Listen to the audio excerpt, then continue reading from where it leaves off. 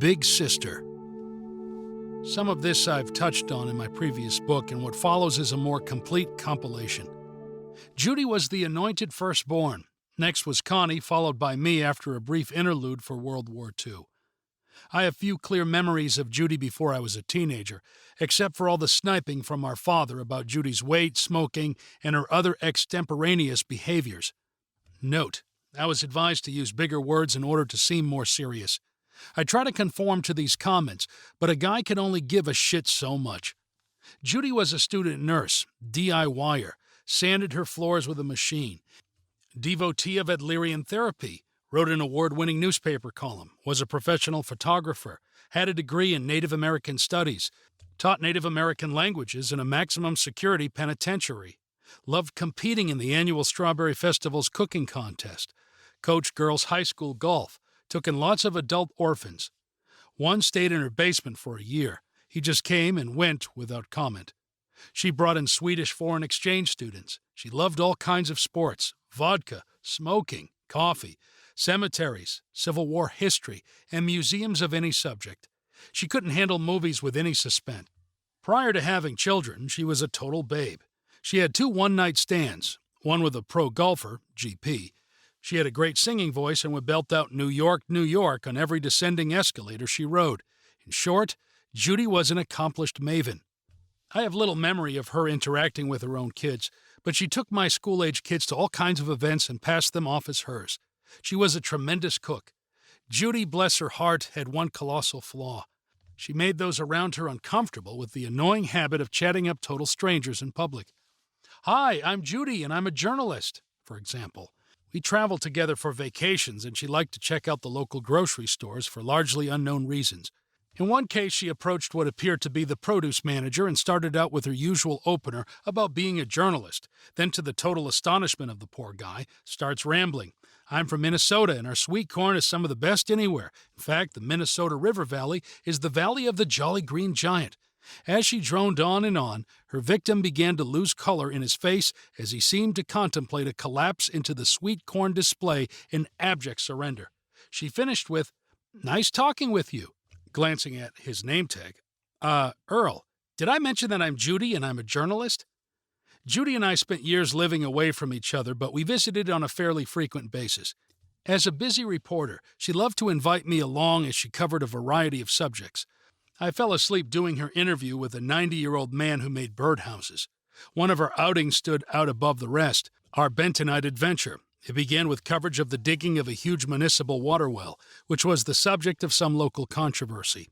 Arriving at the site, we noticed lots of trucks and well-digging equipment, plus stacks and stacks of large white bags, enough to fill a half-dozen dump trucks. We were curious as hell about what was in the bags. The crusty foreman set us straight. "Oh, that's bentonite. Everyone knows you can't drill without bentonite." We both nodded in ignorant agreement. "Yes, of course, bentonite. Everyone knows about bentonite." Returning to the car, Judy turned to me and asked, "What the fuck is bentonite?" "No idea. Sounds like how they make kitty litter. Or something to clean your teeth. Get whiter teeth with bentonite. Add a pint of bentonite to your tank every time you fill up.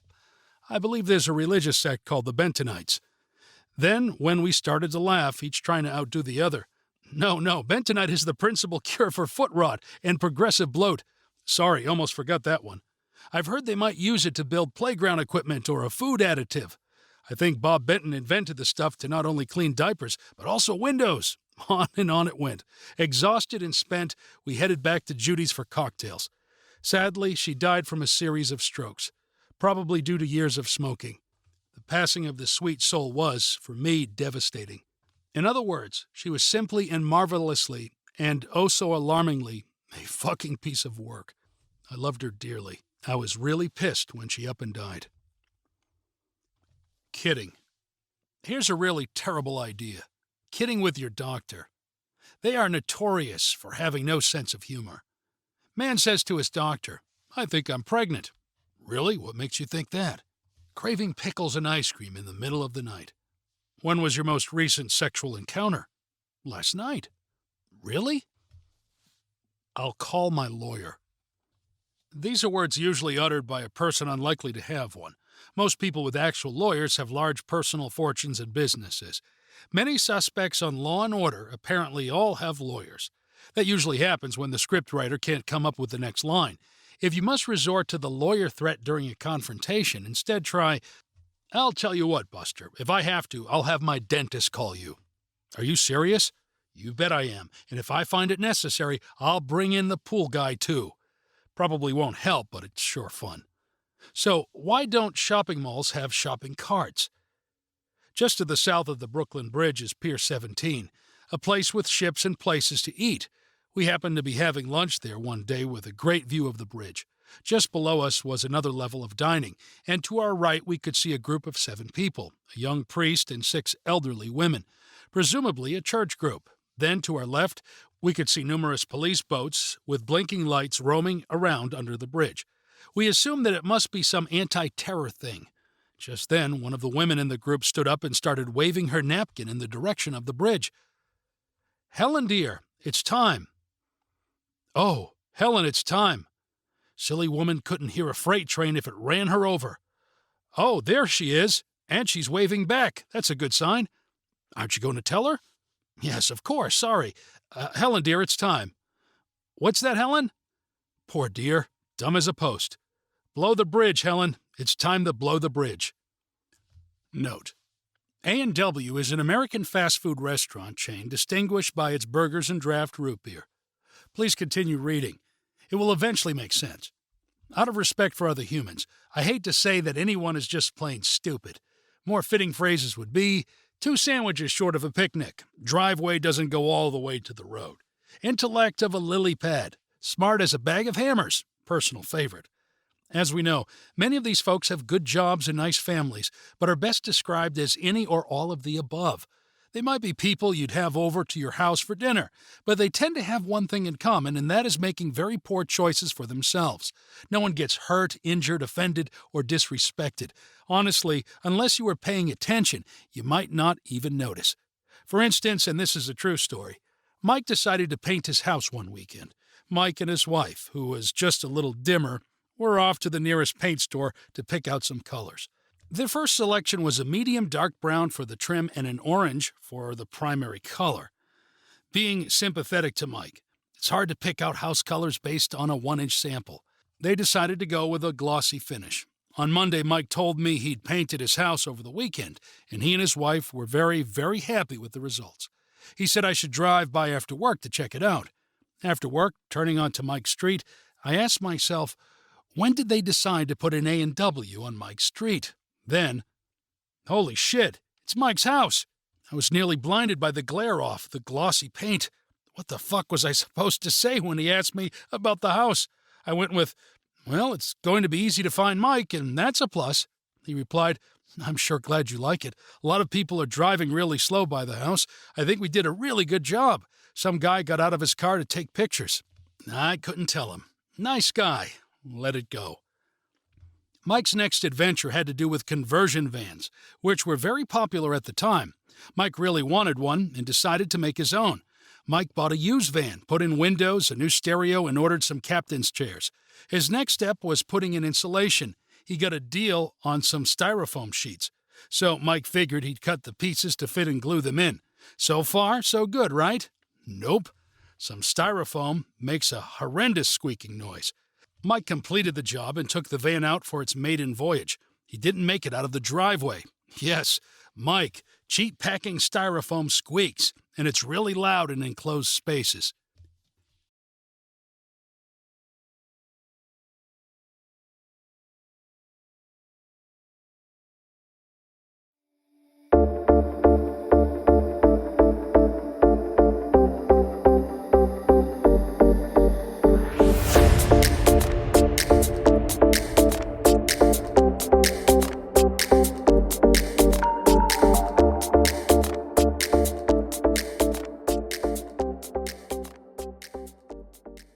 Chapter 8. Who? I met Tony on the first day of my senior year in high school. There he was, standing in the hallway, holding a piece of paper and trying to figure out where he was and where he should be going. I stopped and asked him if he needed help. He did, and I helped him find his homeroom. Tony was a transfer from another school in another town in another state, so he was beyond confused. There's probably nothing worse than starting a new school in your senior year. He was full of questions that day. I would later learn that Tony was always full of questions. The main things he wanted to know centered on who was who in school. Who should he look out for? Who were the fun kids? Who were the kids with access to cigarettes and alcohol? Who were the athletes? Who were the in crowd? Then came the real question. Who were the available girls? He had a greater than average preoccupation with females. One day, he approached me at lunch. Apparently, he'd seen a girl who caught his eye, and he wanted to know everything about her. At first, it was hard to figure out who he was talking about. He was so excited, and he wasn't putting his words together very well. I regret that I wasn't much help to him. In the hall, a couple of days later, he grabbed my arm and said, "There she is." I couldn't figure out who he was talking about. Then he said, the blonde chick over there." Tony was highly animated, and it was all I could do to hold him back from running over and throwing this poor girl up against one of the lockers and sucking on her neck. "No, Tony," I said, "you don't want to go anywhere near that girl. She's untouchable." "What do you mean untouchable?" "Nobody's untouchable." At that point, I began to explain the ways of the world in our high school. For starters, Tony, she's going to be president of the senior class this year.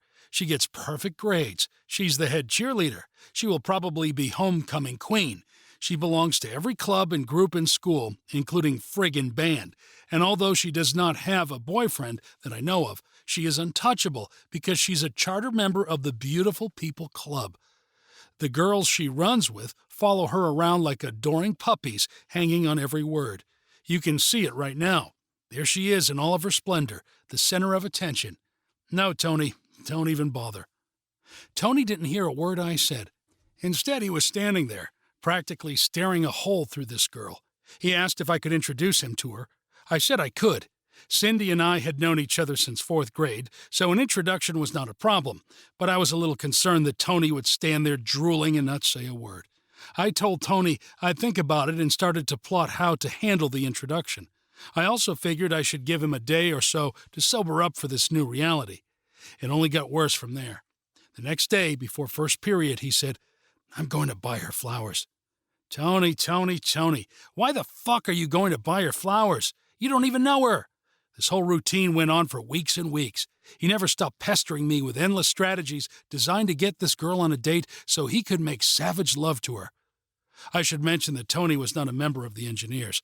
In fact, I can't remember a single incident where he ran with the engineers. For me, he was essentially a weeknight drinking partner. Tony was exceedingly good at it. I finally got around to the big introduction. Cindy was always hard to approach because of the gaggle of girls and assorted minions surrounding her. But I did just briefly get her attention and said, "Hey, Cindy, I've got somebody for you to meet. Cindy, this is Tony. Tony, this is Cindy." She barely made eye contact with him, but she did manage to ask him, "What do you want?" As expected, Tony was so flummoxed and befuddled that he was rendered utterly speechless. He just stared at her chest. I said my thanks to Cindy, and we made our way to class. Then Tony asked, "So, what do you think?" "What do you mean, what do I think?" "Like, how did it go?" "I think it went pretty well." "I'm sure I scored some major points." I pulled Tony up short. "Well, for starters, you were just a complete fucking joke. You didn't say a word to her, and I think you made a real shitty impression." "I think she liked me." After weeks of cards, phone calls, and yes, flowers, Tony was making some progress. A little, not a lot. I even saw her say hi to him in the hallway. Tony was stratospheric, and I was exhausted. You'd think there was something in this for me other than Tony's friendship. One night at one of those teen dance clubs, I lost track of Tony while I was fawning over Catholic schoolgirls. They were really the most sensational beings ever. While in the midst of scouting, Tony appeared and announced that he has arranged a fight for us. "Come on, we're going to meet him outside in like 2 minutes." "Are you fucking nuts?" I replied.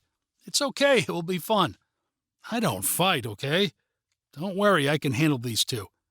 I very reluctantly followed this idiot outside, and sure enough, there were a couple of guys standing by the car. I figured there would be some posturing and harsh words exchanged, giving me a chance to, I don't know, run away. Without the slightest hesitation, Tony charged the two guys with a booming charge scream sound. The two guys were taken by more than a little surprise as my personal madman pummeled the poor devils into the ground. He started jumping around like he was possessed, all but foaming at that mouth. Forget that. He was foaming at the mouth. He acted like he'd just scored the winning touchdown at the homecoming game. The scariest part was his laugh of sinister delight. Calming ever so slightly, I asked Tony, "Are you okay?" "Never better. Let's see if we can find a couple more guys." It was obvious that whatever energy Tony had put into his pursuit of Cindy was manifesting itself in new and curious ways. Little did I know that this was only the beginning. I suggested to Tony that we get something to drink, which immediately got his attention. We went back to the car and I produced a bottle of old smuggler scotch that I'd liberated from my parents' liquor stash. Bottle in hand, we walked over to the edge of the parking lot. It took all I could do to get him to slow down. He was drinking the scotch like it was, water. On the way back to the car, he punched out the side window on a Buick, hand bleeding. He said, "No biggie." Weeks passed, and it seemed Tony was making some headway with Cindy.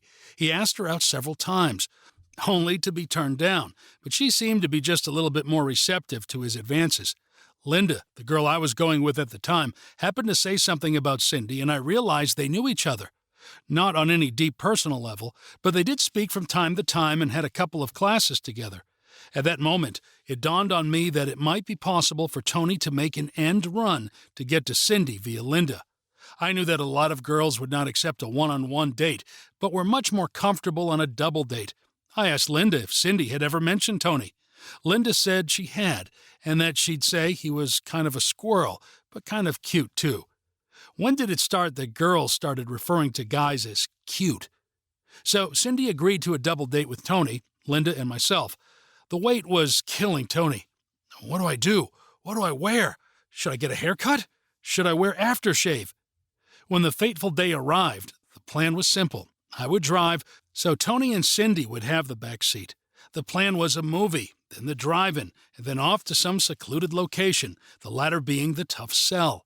This was the first date for those two, and to guess Tony would be bonking the prom queen seemed an impossible and distant reality.